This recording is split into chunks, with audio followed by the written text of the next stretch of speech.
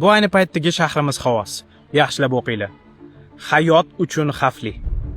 Va bilasizlarmi, bu birinchi navbatda siz bilan menga o'xshagan oddiy insonlarning muammosi. Chunki puli bor odamlar allaqachon boshqa davlatlardan o'zi, oila a'zolari, farzandlari uchun sharoit qilib bo'lishgan. Lekin siz bilan bizi bu davlatda qolamiz, mana shu shaharlarda yashaymiz va mana shu havodan nafas olamiz. 1 kubometr havoda 374 mikrogramm PM2,5 zarrachalar. Tasavvur qilyapsizmi? Bu bir kunda 25-30 ta sigaret chakish zarari bilan ekvivalent degan. Ya'ni siz umuman chakmasangiz ham bir kunda shunaqa katta dozadagi zahar yutyapsiz. PM2,5 zarrachalari bu shunchaki chang emas, yo'q. Adashtirishimiz kerak emas. Bu changdan ancha qo'rqinchli narsa.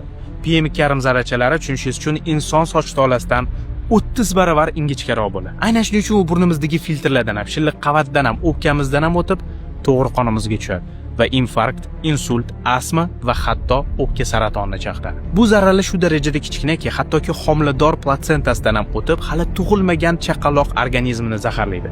Bularning hammasi allaqachon tasdiqlangan ilmiy faktlar.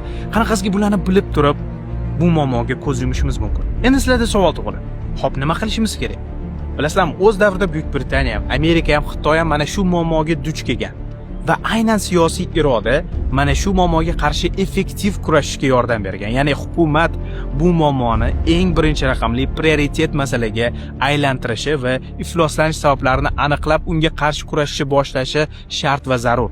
Biza bo'lsa siz bilan xalq, millat sifatida bu muammo haqida iloji boricha baland gapirishimiz kerak. Bu muammo inkor qilinishi, unutilishiga yo'l qo'yishimiz kerak emas. Mana shu muammo haqida gapirib chiqayotgan istalgan videoni repost qiling. 10 ta podpishkim uchun repost qilamanmi demang.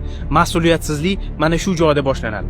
Bir dona obunachingiz bo'lsa ham, profilingiz boshqalar uchun yopiq bo'lsa ham, bu muammo haqida gapiring. Gapirishdan to'xtamang. Faqat shundagina u kerakli insonlarga yetib borishi mumkin.